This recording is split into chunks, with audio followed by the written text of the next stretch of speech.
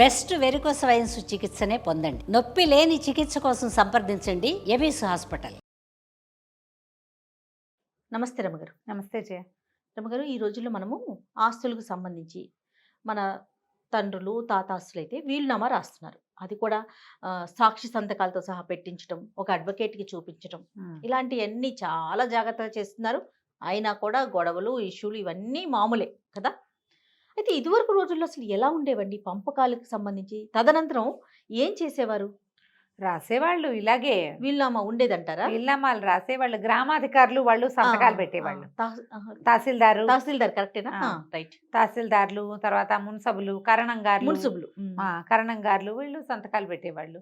ఇంకా అంతకు ముందు కాలంలో అయితే తాతలు తండ్రులు స్వచ్ఛందంగా అనుభవించేవి అవి ఉన్నప్పుడే పెద్ద పెద్ద ఉన్నాయి. ఆడపిల్లలకి పెళ్ళిళ్ళు అప్పుడే సెపరేట్ చేసి పసుపు కుక్కాల కింద ఈ పొలం, తల్లి పొలం ఆడపిల్లలకి ఇవ్వాలి. అదొక నియమంగా ఉండేది జయ. అవునవును. తల్లులు వాళ్ళ పుట్టి నుంచి తెచ్చుకునేవి ఇక మగపిల్లలకి ఇవ్వరు, ఆడపిల్లలకే ఇస్తారు. ఈ తండ్రి ఏమి ఇవ్వడు. ఈ తండ్రి పసుపు కుంకాలు పెడతాడు. ఎప్పుడు ఏటా పెళ్లి చేసినప్పుడు పెళ్లి ఖర్చులే, పెళ్లికి ఇచ్చేది పసుపు కుంకాల పొలం. అంటే అమ్మకి ఇచ్చిన పొలం వీళ్ళకి వచ్చేది. ఇలాగే ఉండేవి. అయితే అప్పట్లో తండ్రుల నిర్ణయాల్ని గౌరవించేవాళ్ళు జయ. ఒకడికి ఎక్కువ ఒకడికి తక్కువ రాస్తే ఇప్పట్లాగా పోట్లాడ్డాలు అవి ఉండేవి కాదనుకుంటా పాపం. ఏమో మరి అలా అనిపిస్తుంటుంది. కొన్ని పాత కథలు చదివినప్పుడు అలా ఉంటుంది. ఒక చిత్రమైన కథ ఒకటి చదివాం. ఓకే. కాదు రమ్మగారు, ఇంకొక మాట, నోటి మాట ద్వారా జరిగేదంటారా? అవి కూడా రాత కోతలే ఉండేవి అంటారా? నోటి మాటలు ఉండేవి. ఇంట్లో ఎవరైనా పెద్దవాళ్ళకి ఇలా ఇలా చెప్పి మా పిల్లలకి ఇట్లా పంచండి అని చెప్పేవాళ్ళు. కాగితం కూడా రాసేవాళ్ళు. అప్పుడు ఇంత పెద్ద సంతకాలు. ఉమ్మడి కుటుంబాలు కదండి. అవును. ఇప్పుడు ఆయన తరపున ఆయన తమ్ముళ్ళు అన్నలు అందరూ కలిసి ఒకే కుటుంబంలో ఉండేవాళ్ళు. మరి ఆస్తులు ఇప్పుడు వీళ్ళ పిల్లలు వాళ్ళ పిల్లలు అందరూ పంచుకోవాలి కదా. అవును. బహుశా నోటి మాటతోనే వెళ్ళేవి. పంపకాలు అంటూ రాసేవాళ్ళు ఏమీ కాదు. పంపకాలు వీడికి ఇది అని ఇంత రాసేవాళ్ళు ఏం కాదు. అంటే ఎక్కువ మంది 5-6 అన్నదమ్ములు కలిసి ఉన్నారు, వాళ్ళ పిల్లలు వాళ్ళ మనవలు వాళ్ళంతా వచ్చేసరికల్లా ఇక్కడ ఏం మిగులుతుంది? అదే కదా. నోటి మాట మీద నడిచేది అంతే. అవును. లేదా ఇళ్లలో ఎవరైనా పెద్దవాళ్ళు ఎవరైనా ఉంటే పోయేటప్పుడు పోయే ముందో ఎవరో ఒకళ్ళకి మా ఆడపిల్లకి ఇది ఇవ్వమని చెప్పు అని అలా చెప్తే వాళ్ళ మాట నమ్మేవాడు. ఇలాంటి కలికాలం ఆనాడు లేదు కదా. ఓ చందమామ కదా, భలే వెరైటీగా అనిపిస్తుంది. అవునండి, చెప్పండి.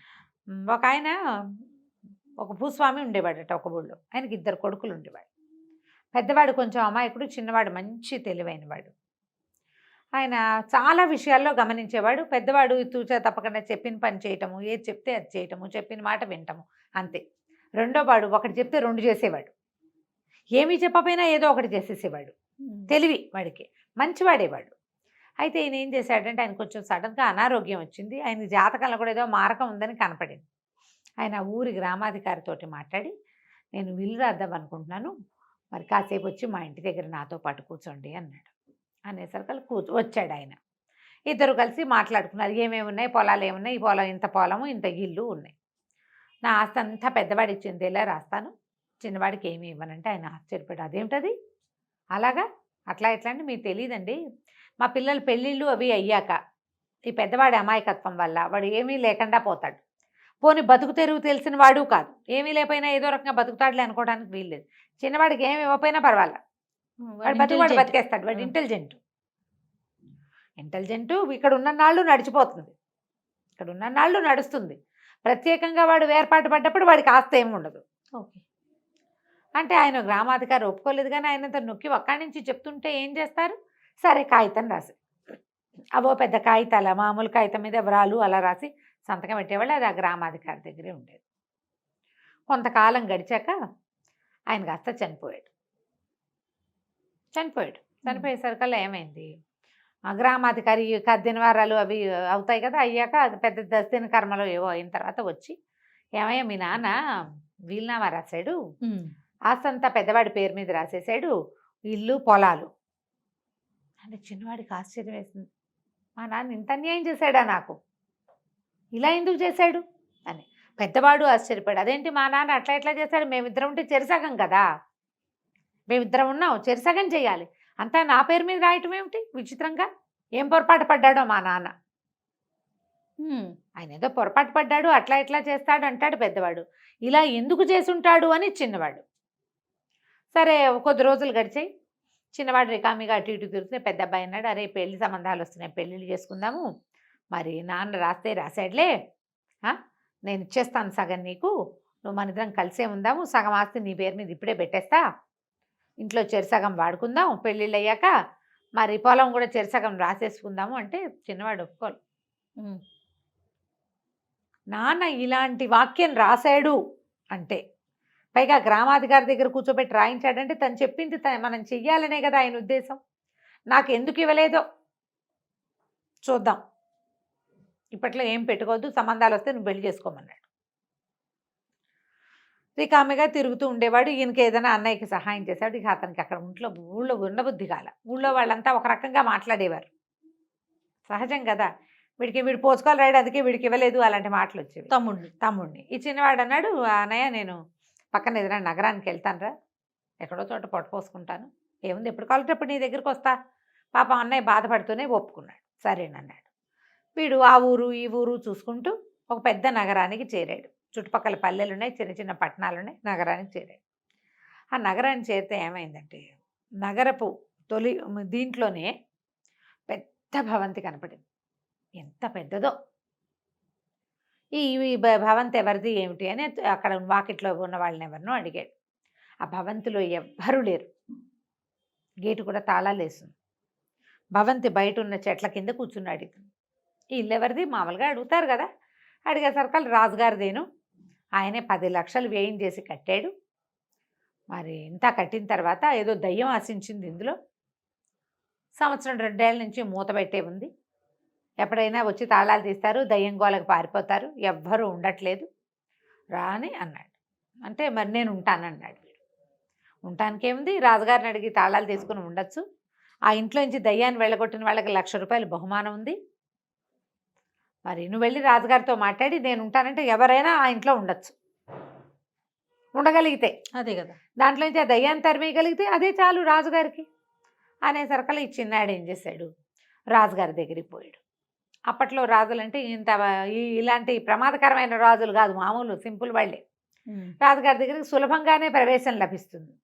ఆ పెద్ద బంగళా గురించి మాట్లాడడానికి వచ్చానంటే ఆయన ఏమన్నాడు, అరే బాబా లోపల దయ్యం ఉంది, బోళ్ళంత మంది ప్రయత్నం చేశారు, ఎవడి వశము కాల, నువ్వు ప్రయత్నం చేయి, నువ్వు కనుక దయ్యాన్ని పారద్రోలి ఉండగలిగావా 1,00,000 ఇస్తాను నీకు, వ్యాపారం చేసుకుంటావో ఏది చేసుకుంటావో నీ ఇష్టం.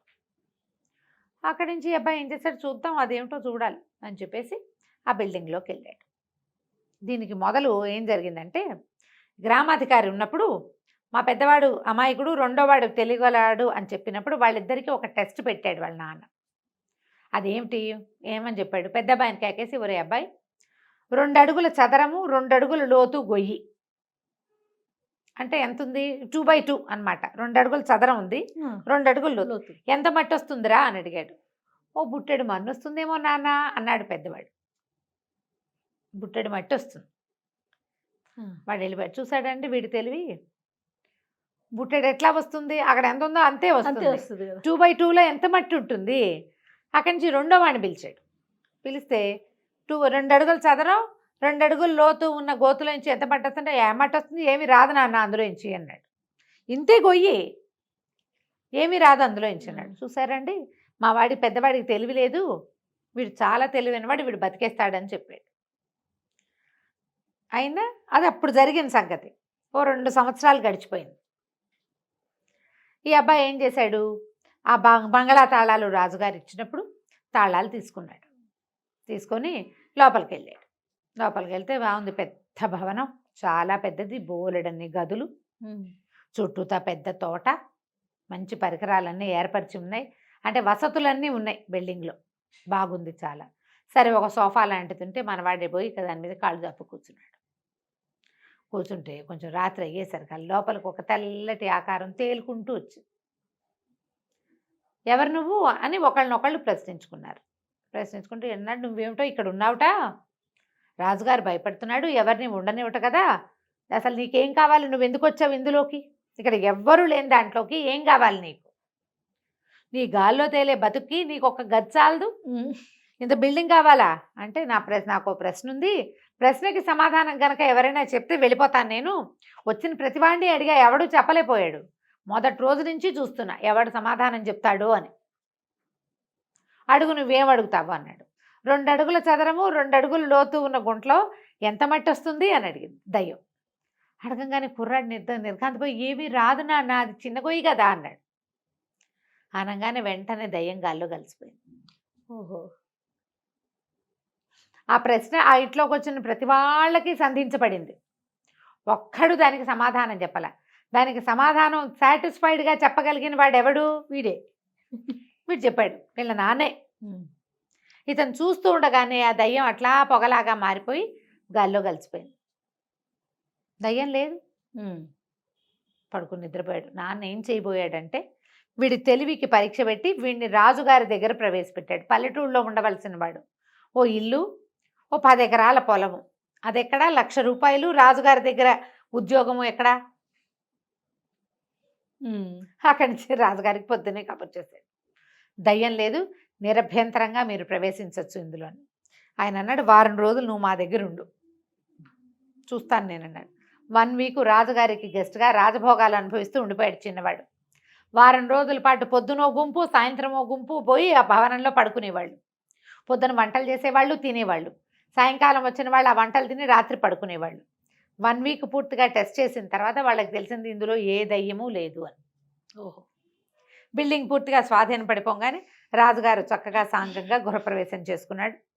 కుర్రాడికి వాళ్ళు 1,00,000 రూపాయలు ఇచ్చి నువ్వేం పని చేయగలవు అని అడిగి ఆ డిపార్ట్మెంట్లో అతనికి ఒక హయ్యర్ అథారిటీ లాంటిది ఒక పోస్టుని ఇచ్చి 1,00,000 ఇచ్చి రాజ్యంలోనే నగరంలోనే ఉంచుకున్నాడు. తెలివిగల వాడివి, నువ్వు మా రాజ్యంలో ఉంటే మాకు మంచిది అని చెప్పి.